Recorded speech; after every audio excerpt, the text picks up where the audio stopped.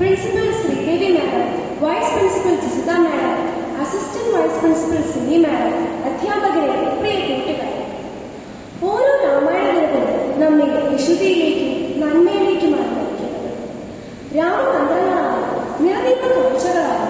ഭക്തിസാന്ദ്രമായ ഈ വേള ധന്യമാക്കാൻ നമ്മുടെ ക്ഷണം സ്വീകരിച്ചെത്തിയിരിക്കുന്നത് പൂത്തിയുടെ ഗവൺമെന്റ് സ്കൂൾ കുമാരനെല്ലൂരിലെ അധ്യാപകനായിരുന്ന CK ദിവാകരൻ സാറാണ്. ദേവനാഥൻ, അതെ, നമ്മുടെ സംസ്കൃത ഭാഷയിൽ ബിരുദ പഠനം പൂർത്തിയാക്കി നീണ്ട വർഷങ്ങളുടെ അധ്യാപക പരിചയത്തോടെയാണ് അദ്ദേഹം വിരമിച്ചത്. എറണാകുളം മാതൃഭൂമി പത്രത്തിലെ പ്രൂഫ് റീഡറുമാണ് അദ്ദേഹം. നമ്മുടെ രാമായണ വാരാഘോഷത്തിന്റെ ഈ ദിനം സാറിന്റെ സാന്നിധ്യത്താൽ കൂടുതൽ പ്രഭാപൂരിതമായിരിക്കുന്നു. സാറിനെ ഈ ധന്യവേളയിലേക്ക് സ്നേഹപൂർവ്വം സ്വാഗതം ചെയ്യുന്നു.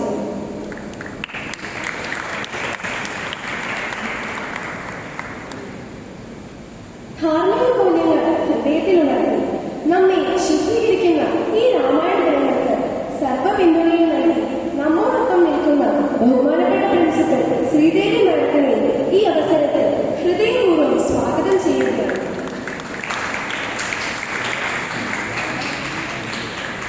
നീളുന്ന വാക്കും നോക്കും ഓരോ പരിപാടിയുടെയും വിജയത്തിന് പിന്നിലുണ്ടാകും. അങ്ങനെ രണ്ടുപേരാണ് ജിജിത മാഡവും സിനി മാഡം. രണ്ടുപേരെയും ഈ മഹനീയ മുഹൂർത്തത്തിലേക്ക് സ്നേഹപൂർവ്വം സ്വാഗതം ചെയ്യുന്നു.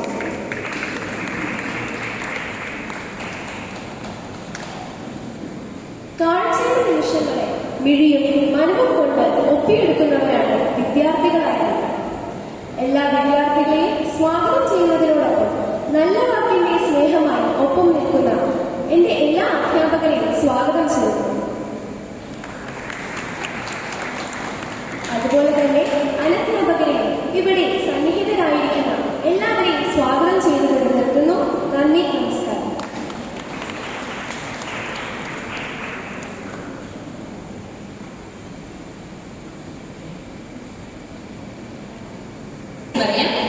ഹൃദയശുദ്ധിക്ക് രാമായണ പാരായണവും ശ്രവണവും ഉത്തമമായ ഔഷധമാണ്. രാമായണ പാരായണം ചെയ്യുവാനായി നൂറേറെ സാരാംശം പറയാൻ ആരുടെയും ക്ഷണിച്ചുകൊള്ളുന്നു.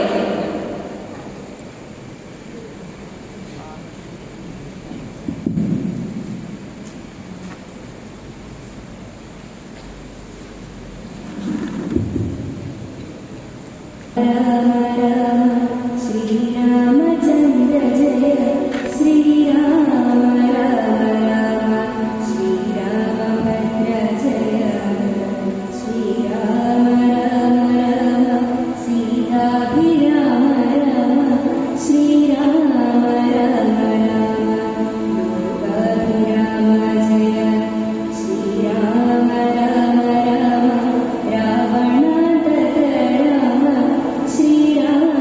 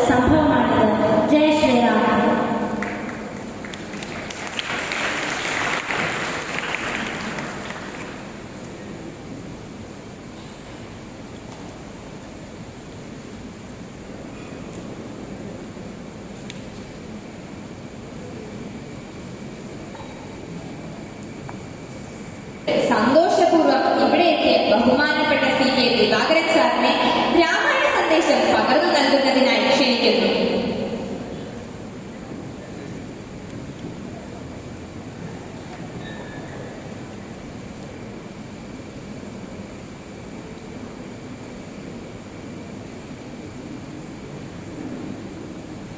ശ്രീരാമ രാമ രാമ ശ്രീരാമചന്ദ്ര ജയ ശ്രീരാമ രാമ രാമ ലോകാഭിരാമ ജയ ശ്രീരാമ രാമ രാമ സീതാപദേ രാമ ശ്രീരാമ മമ ഹൃദേ രമതാം രാമ രാമ. ധന്യമായ ഈ അസംബ്ലിയിലെ വിദ്യാലയത്തിലെ പ്രധാനാധ്യാപിക, പേരെടുത്ത് എനിക്ക് സംബോധന ചെയ്യാൻ വേണ്ടിയാത്ത അധ്യാപക സുഹൃത്തുക്കൾ, പ്രിയപ്പെട്ട വിദ്യാർത്ഥിനികൾ, അദൃശ്യമായ സാന്നിധ്യം കൊണ്ട് നമ്മെ അനുഗ്രഹിക്കുന്ന ശ്രീരാമചന്ദ്ര പ്രഭു, ലക്ഷ്മി ദേവി, സീതാദേവി, പരമപുണ്യമായ ഈ രാമായണ വാരാഘോഷവേളയെ എനിക്ക് നിങ്ങളെ ഇങ്ങനെ അഭിസംബോധന ചെയ്യാൻ കഴിയുന്ന ഒരു സാഹചര്യം ഉണ്ടാക്കിയതിൽ ഞാൻ എല്ലാവരും, ഇവിടെയുള്ള ഇതിൻ്റെ ഭാരവാഹികൾ, ഇതിൻ്റെ സംഘാടകർ, എല്ലാവരോടും ഞാനെൻ്റെ ഹാർദമായ നന്ദി പ്രകാശിപ്പിക്കുകയാണ്. ഇതുപോലെയുള്ള വിദ്യാലയങ്ങളൊക്കെ കാണുമ്പോഴാണ്, ഈ ചടങ്ങൊക്കെ കാണുമ്പോഴാണ് സനാതനധർമ്മം ഒരിക്കലും അസ്തമിക്കില്ല എന്നൊരു തോന്നൽ എനിക്കുണ്ടാകും. മഹത്തായ ഒരു വിദ്യാലയം, മഹത്തായ ഒരു സംസ്കാരം, ഇത് ഇങ്ങനെ തലമുറകളിലേക്ക് പ്രജ്വലിപ്പിച്ചുകൊണ്ട് കൈമാറി കാത്തു സൂക്ഷിക്കാൻ പോകുന്നവരാണ് നിങ്ങളെന്നുള്ള ദൃഢമായ വിശ്വാസം എനിക്കുണ്ട്. നമുക്ക് പുറത്തുള്ള വിദ്യാലയങ്ങളിലെ വിദ്യാർത്ഥികളൊക്കെ നിങ്ങൾ ഈ ദൃശ്യമാധ്യമങ്ങളിലൂടെ മറ്റ് രീതിയിലുമൊക്കെ മനസ്സിലാക്കുന്ന പോലെ മയക്കുമരുന്നിനും മറ്റെല്ലാ വിധത്തിലും അധപ്പതിച്ച ജീവിതചര്യകളിലേക്ക് കടന്നു പോകുന്നവര്,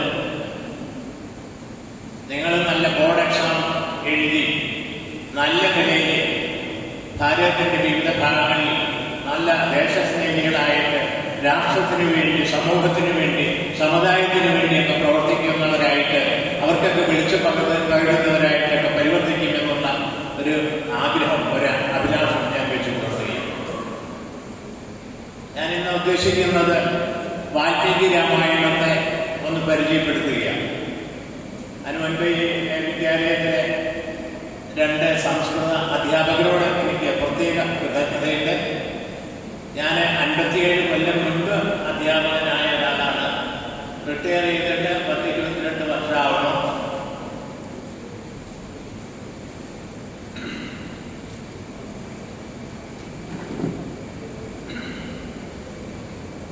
വാൽമീകി രാമായണം ആദികാവ്യം, ആദി കവി വാൽമീകി. ലോകത്തെ ആദ്യത്തെ കാവ്യമാണ് രാമായണം. ഇന്ന് കാണുന്ന രീതിയിലുള്ള കാവ്യ സങ്കേതങ്ങളെല്ലാം പുലർത്തിപ്പോരുന്ന ഫ്ലാഷ് ബാക്ക് കഥ, സിംബോളിക്കായിട്ടുള്ള കഥ, ഇതെല്ലാം പുലർത്തിപ്പോരുന്ന ഒരു മഹാകാവ്യമാണ്. ഭാരതത്തിന്റെ ആദ്യത്തെ ഇതിഹാസം, ഇതിഹാസ്യത, ഇതൊക്കെ ഇവിടെ ഉണ്ടായിരുന്നു എന്ന് നമ്മളോട് പറയുക. സരയൂ നദി ഇവിടുണ്ടല്ലോ, അയോധ്യ ഇവിടുണ്ടല്ലോ, കുരുക്ഷേത്രം ഇതൊക്കെ ഇവിടുണ്ടല്ലോ, ഹരിയാനയിലെ ഗോതമ്പുവായ കൊയ്ത്തൊക്കെ കഴിഞ്ഞ് പാടത്തായിരുന്നു മഹായുദ്ധം. ആ സ്ഥലങ്ങളൊക്കെ ഇന്നുണ്ട്, ഈ സംഭവങ്ങളൊക്കെ ഇന്നുണ്ട്, ലങ്കയുന്നുണ്ട്. ഇതിനെയൊക്കെ സൂചിപ്പിക്കുന്ന, ഇതിനെയൊക്കെ അർത്ഥവത്താക്കുന്ന, ലോകോത്തരമാക്കി മാറ്റുന്ന സംഭവ വികാസങ്ങളെ ക്രമീകരിച്ച് മനസ്സിൽ എഡിറ്റ് ചെയ്ത് തയ്യാറാക്കിയതാണ് വാൽമീകി രാമായണം. ഇന്നത്തെ അധ്യാപകരെ പോലെ പ്രാചീന ഭാരതത്തിലെ അധ്യാപകർ കുട്ടികളോട് ചോദ്യം ചോദിക്കുന്നവരായിരുന്നു. ഇന്ന് നമ്മൾ കുട്ടികളോടാണ് ചോദ്യം ചോദിക്കുന്നത്. കുട്ടികൾ ഉത്തരം പറയും. നമ്മളവരെ ഫീഡ് ചെയ്ത് വെച്ചിട്ടുണ്ട്. ആ കാര്യങ്ങൾ തന്നെയാണ് നമ്മൾ തികച്ചും തോണ്ടിയെടുക്കാൻ ശ്രമിക്കുന്നത്.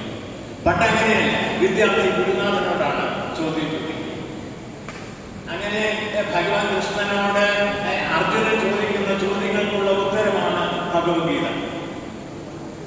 ഇവിടെ വാൽമീകി അദ്ദേഹം തപശക്തി കൊണ്ട് ആർജിച്ച എല്ലാ പുണ്യവും കയ്യിൽ വെച്ചുകൊണ്ട് നാരദരെ കാണുമ്പോഴാണ് ചോദിക്കുന്നത്, ഈ ലോകത്തെ ഏറ്റവും മാതൃകയായിട്ടുള്ള, ധീരനായിട്ടുള്ള, സുന്ദരനായിട്ടുള്ള, വിജ്ഞാനിയായിട്ടുള്ള ആളാരാണെന്ന് ചോദിക്കുന്നതോടു കൂടിയിട്ടാണ് രാമായണം ആരംഭിക്കുന്നത്, വാൽമീകിയുടെ രാമായണം.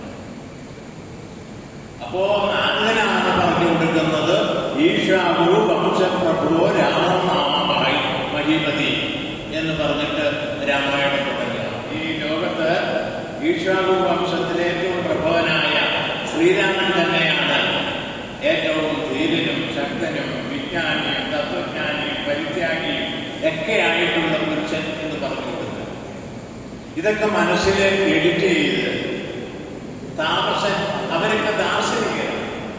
ദർശിക്കുക എന്ന് പറഞ്ഞാൽ കാണുക എന്നാണ്, പ്രദർശിപ്പിക്കുക എന്ന് പറഞ്ഞാൽ കാണിക്കുക എന്നാണ്. അവരൊക്കെ ദാർശനികരാണ്. മനസ്സിൽ ഇരുന്ന് മനസ്സുകൊണ്ട് മനനം ചെയ്ത് ഇരിക്കുന്നിടത്തിരുന്ന് കണ്ണടച്ചിരുന്ന് കാണുന്നവരാണ്. നമ്മുടെ ഋഷിമാരെ കാണാൻ കണ്ണടച്ചിരുന്നിട്ട് കാണുന്നവരാണ്. ചരകരന് അന്ന് ടെസ്റ്റിനോട് ലാഭമില്ലാഞ്ഞിട്ട് തുളസി എന്റെ ഗുണവിശേഷങ്ങളൊക്കെ അദ്ദേഹം മനസ്സിലെ മനനം ചെയ്തിട്ടാണ് കണ്ടെത്തുന്നത്.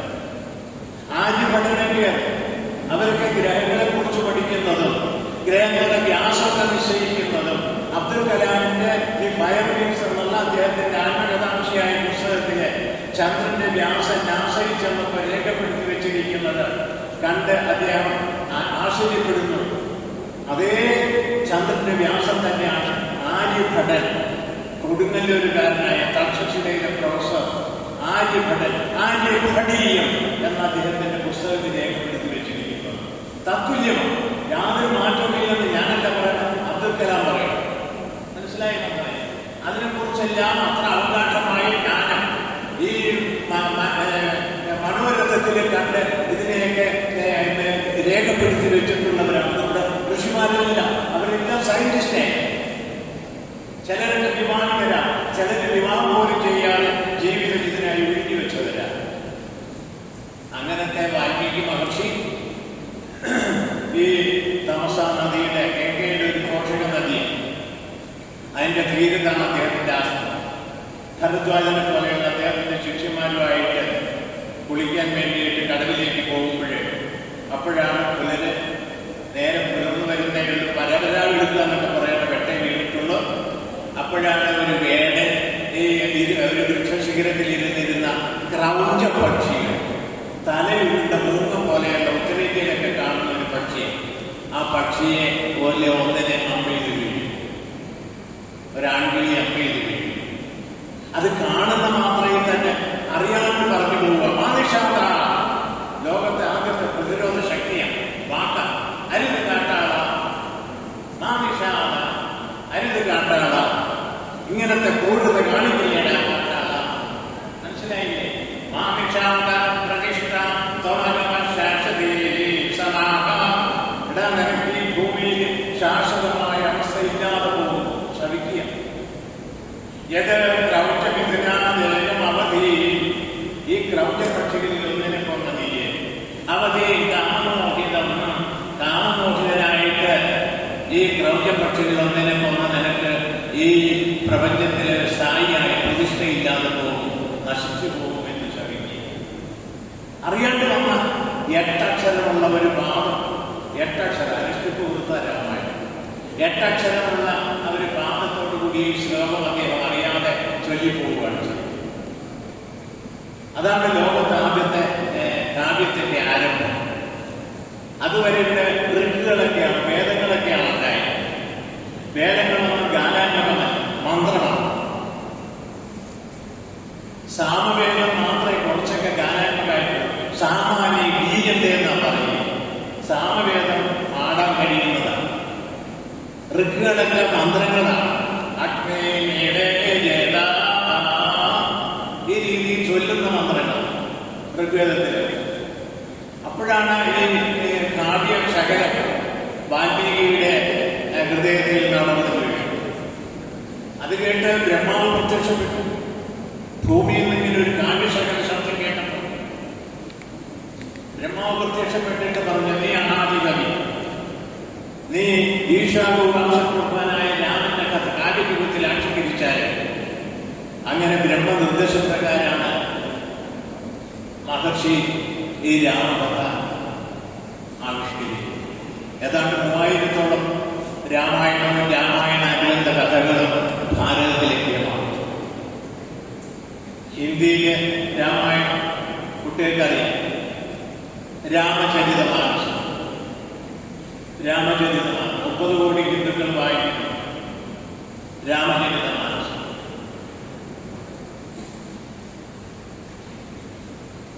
അദ്ദേഹം വലിയ പണ്ഡിതനുമായിരുന്നു.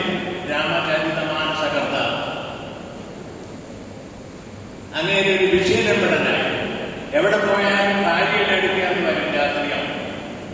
അദ്ദേഹം ഒരിക്കൽ ഇങ്ങനെ ഗംഗ പൊങ്ങി വെള്ളം പൊങ്ങി കിടക്കുമ്പോൾ നീന്തി തുടിച്ചൊരു ദിവസം വീട്ടിൽ വരുമ്പോ ഭാര്യ വീട്ടിലേക്ക് കയറ്റി അവര് വാതിക്കൽ ഇങ്ങനെ കൈപ്പിടിച്ചുകൊണ്ട് എന്ന് പറഞ്ഞു,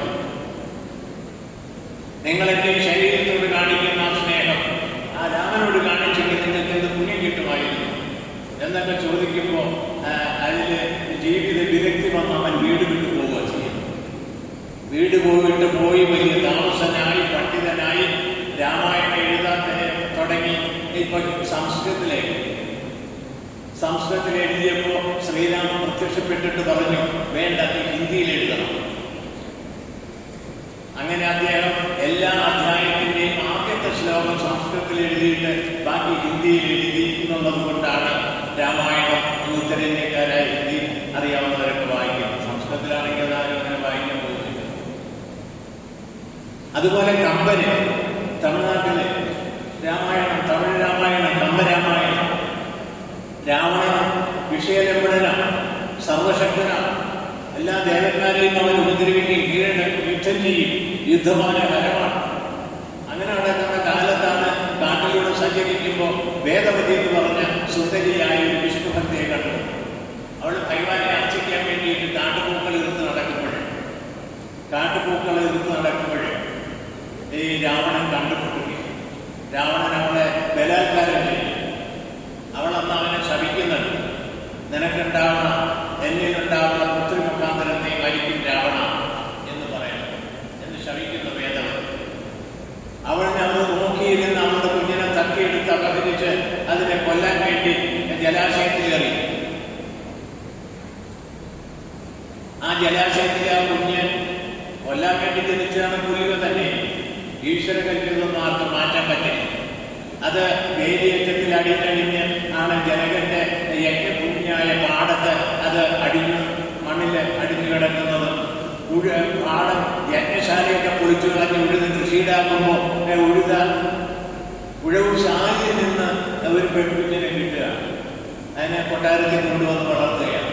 സീതം എന്ന് പറഞ്ഞ ഉഴവുകാരൻ, സീതം. അതുകൊണ്ടാണ് അവർക്ക് സീത എന്ന് പേരിടണം. ജനകൻ അവരുടെ സ്വന്തം അച്ഛനല്ല, വളർത്തച്ഛനാണ്. സ്വന്തം അച്ഛൻ എന്ന നിലയ്ക്ക് ജനകൻ ഒരു വേറൊരു മകളല്ല, അവളാണ് ഊർമിള, ലക്ഷ്മണന്റെ ഭാര്യ ഊർമിള. ജനകൻ അവളെ വളർത്തും. അവളെ മുഖാന്തരാണ് രാവണൻ കൊല്ലപ്പെടുന്നത്.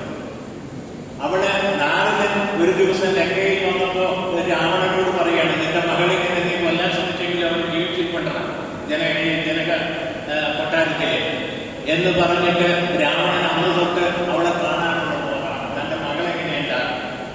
മേഘനാഥൻ ഇത് ചോദിച്ച് തൊട്ടിയിൽ കിടന്ന് കരയുമ്പോഴും രാവണന്റെ മനസ്സിലെ ഈ പൊന്നും ചിരക്കെങ്കിൽ കുമാരി, ഈ സീത അവളുടെ കാഴ്ചയുടെ മുന്നിൽ എത്തുന്ന ശബ്ദമാണോ കേൾക്കുന്നത്? പുതിയ തന്റെ മകളെ കാണാൻ വേണ്ടി. അങ്ങനെ സീത അപഹരിച്ചുകൊണ്ട് പോകുന്നത് തന്റെ മകളെ നിലയ്ക്ക് ഒരച്ഛന്റെ ആഗ്രഹം നിറവേറ്റാൻ വേണ്ടിയിട്ട്, അവളുടെ ഓമന ചുണ്ടത്തൊരു ചുംബനം കൊടുക്കാൻ വേണ്ടിയിട്ട് ആണ് അപഹരിച്ചു കൊണ്ടുപോകുന്നത് എന്ന് പറഞ്ഞിട്ടാണ് കമ്പന്റെ രാമായണം, കമ്പരാമായണം. ഒരു വ്യത്യസ്തമായ രീതിയിൽ കമ്പന അവതരിപ്പിക്കുന്നു. അവര് ദ്രവീഡിയൻ സംസ്കാരത്തിന്റെ ആളല്ല. അവരുടെ രാഷ്ട്രീയ പാർട്ടി പോലും ദ്രാവിഡ പാർട്ടി എന്ന് പറയാൻ മടിയില്ലാത്തവരാണ് തമിഴന്മാർ. അങ്ങനെയാണ് അത് സീത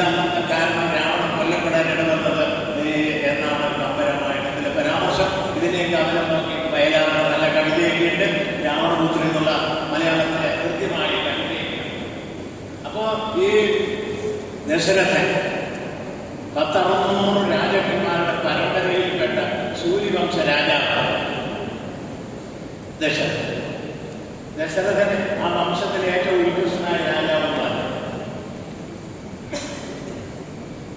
ദിലീപനിക്ക് ആ വംശത്തിലുള്ളത്, രഘു ആ വംശത്തിലുള്ളത്, ജയാതിയൊക്കെ ആ വംശത്തിലുള്ളത്. അങ്ങനെ തുടങ്ങിയിട്ടുള്ള അനേക രാജാക്കന്മാരുണ്ട്. ആ ദിലീപിന്റെ മകൻ രഘു, രഘുവിന്റെ മകൻ അതിന്റെ മകൻ ദശരഥൻ, ദശരഥന്റെ മകൻ ശ്രീരാമൻ. അപ്പൊ ശ്രീരാമന്റെ മുത്തച്ഛനാണ് അയാൾ വളരെ ധർമ്മിഷ്ഠനായി. രഘു ഉണ്ടായപ്പോൾ തൊട്ട് ആ വംശത്തിന് രഘുവംശത്ത് പേരുണ്ടായതുകൊണ്ടാണ് ശ്രീരാമന് രാഘവന് പേരുണ്ടായത്. രാഘവന് പേരുണ്ടായത്. അങ്ങനെ ഈ ദശരഥന് 4 ഭാര്യമാര്, ഒരു 250 അന്തപുര നാരിമാരും ഒക്കെ ആയിട്ടുള്ള ഒരു ഗൃഹസ്ഥനായിരുന്നു. സ്ത്രീലമ്പടൻ, ശ്രീജിതൻ എന്നാൽ അജനമ്മനായിരുന്നു. അയാളുടെ ഭാര്യ ഇന്ദുമതി മരിച്ചു പോയപ്പോ ഒരു മകനെ ഉള്ളു. അവന് 8 വയസ്സായപ്പോൾ അവനെ രാജാവാണ്. എന്നിട്ട് അയാള് ഇന്ദുമതിയുടെ ഓർമ്മയിൽ ആജ്ഞാപൂജ ചെയ്യും. ഏകപത്നി വ്രതമുള്ളവനായിരുന്നു. ആ പരമ്പരയാണ്, ആ പാരമ്പര്യമാണ് ശ്രീരാമൻ പുലർത്തിപ്പോരുന്നത്. അദ്ദേഹം ഏകപത്നി വ്രതക്കാരനാണ്. രാമായണത്തിലെ ഒരു കഥാസാഗരമാണ് രാമായണം. എന്തോരം കഥകള്, എന്തോരം പുരാണങ്ങളിലെ പരാമർശങ്ങളിൽ കടന്നു പോകുന്നു. ശിവപുരാണത്തിലെ ദക്ഷയാഗം കഥ, വിശ്വാമിത്രന്റെ കൂടെയുള്ള ജീവിതം, ഈ 4 കുട്ടികളുണ്ടായി കഴിഞ്ഞ് ദശരഥനെ അവിടെ വിശ്വാമിത്രൻ ഒരു ദിവസം കടന്നു വരിക. അവർക്ക് 16 വയസ്സായിരുന്നു രാമൻ. ലക്ഷ്മണനൊക്കെ ഒരു ദിവസത്തിന്റെ ഡിഫറൻസിലാണ്. ഉണർന്ന ആളുകാരനാണ് ശ്രീരാമൻ. പൂയമാണ് ലക്ഷ്മണൻ, ആയില്യമാണ് ഭരതശത്രുഘ്നന്മാർ. അങ്ങനെ പണ്ട് വ്യത്യാസത്തിലാണ് അവരൊക്കെ ജനിക്കുന്നത്. ഈ ശ്രീരാമനെ തന്റെ യാഗരക്ഷയ്ക്ക് കൊണ്ടുപോകാൻ വേണ്ടിയിട്ട് മഹർഷി വിശ്വാമിത്രൻ, ഈ വിശ്വം മുഴുവനും മിത്രമായി കാണുന്നവരെ, വലിയ ഒരു ക്ഷത്രിയ രാജാവായിരുന്നു വിശ്വാമിത്രൻ. തപസ് ചെയ്തൊക്കെ വലിയ ഋഷിയായി ദേവാനുഗ്രഹം നേടിയ ഒരാൾ, കഠിനമായി തപസ് ചെയ്ത ആൾ. വസിഷ്ഠനെ തോൽപ്പിക്കാൻ വേണ്ടി വ്യാജപുത്രൻ, കൗശികൻ എന്ന് അദ്ദേഹത്തിന്റെ പേര്. അങ്ങേരെ കുട്ടികൾ ബോറടിക്കുന്നുണ്ടോ?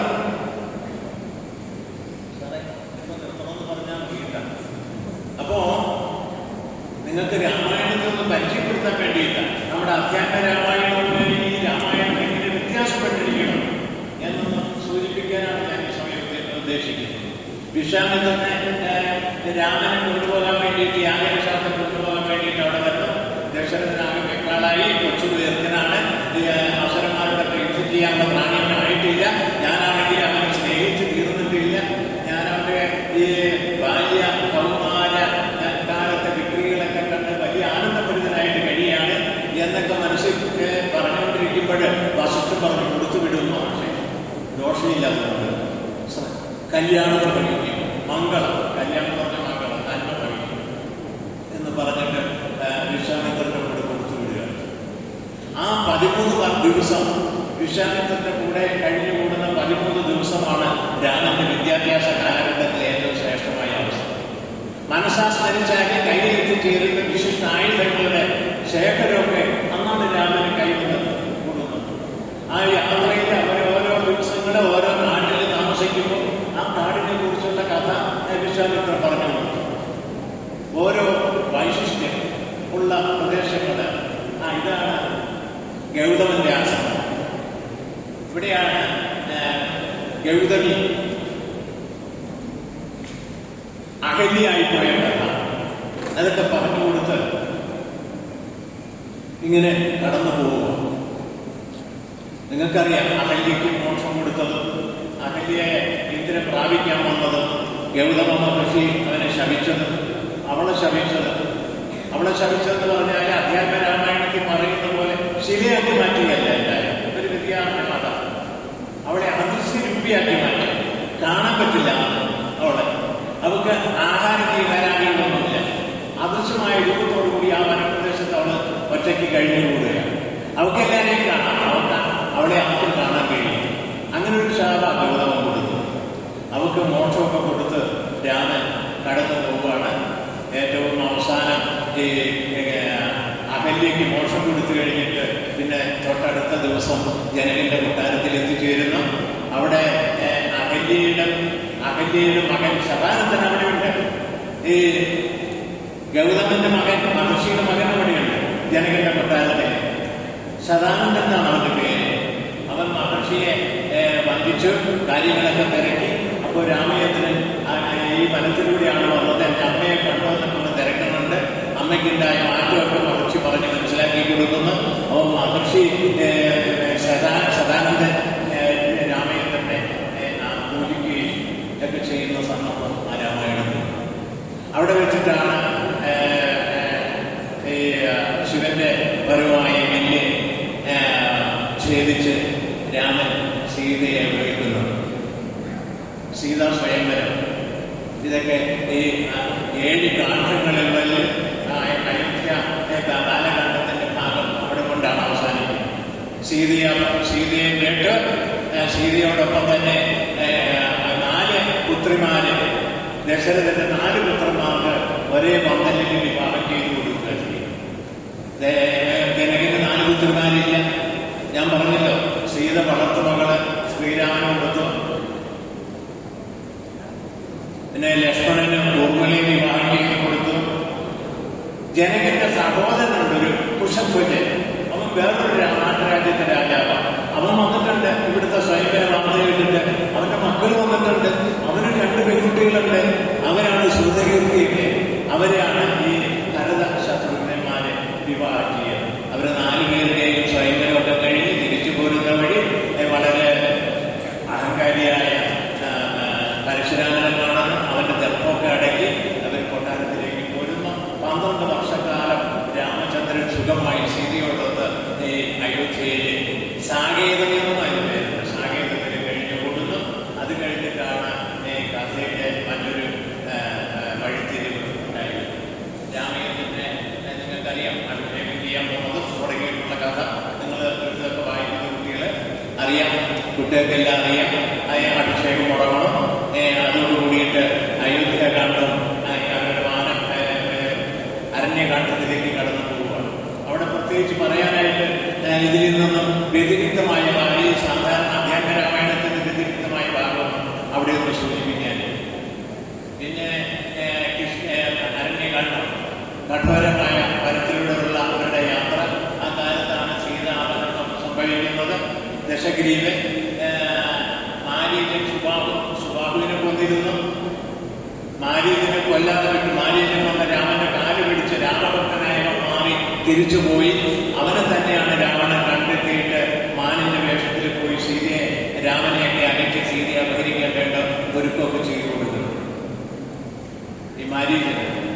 അങ്ങനെ സീതയെ അപഹരിച്ചു പോയി. ജടായുവിന്റെ മരണം. ജടായുവിനെ കൊന്നു കഴിഞ്ഞു പോകുമ്പോൾ കബന്ധൻ എന്ന അസുരന്റെ മരണം. കബന്ധൻ എന്ന് പറഞ്ഞാൽ ഉടൽ മാത്രമുള്ള ശരീരം.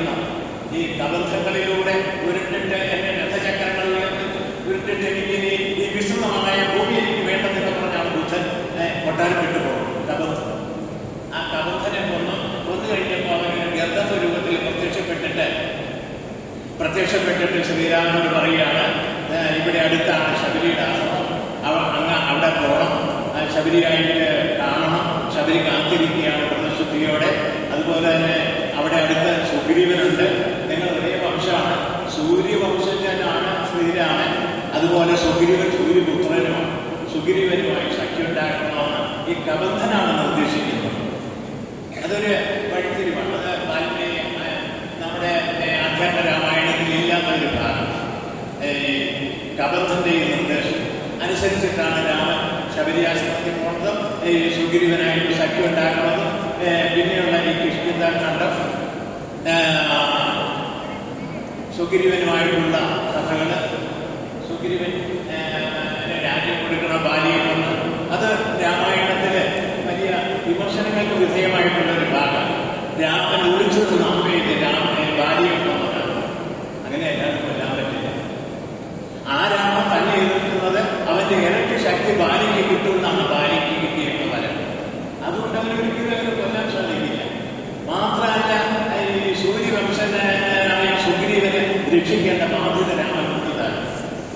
അതുകൊണ്ടാണ് കോർമ്മ മരം നമ്മുടെ ഈ കൊന്നയായിരിക്കും പൂക്കുന്ന കൊന്ന, അതിന്റെ മരം വെച്ച് നിന്നിട്ടാണ് ആ മരം മറ്റ് നിന്നിട്ടാണ് ഭാര്യയെ അമ്പെയ്ത് രാമൻ കൊല്ലുന്നത്. സുഗ്രീവന്റെ അവിടെ രാജ്യാഭിഷേകമൊക്കെ നടത്തണം. അത് കഴിഞ്ഞ് സുന്ദരകാന്ഡം. സുന്ദരൻ ഹനുമാന്റെ പേര്. സുന്ദരകാന്ഡ ഹനുമാനെ സംബന്ധിക്കുന്ന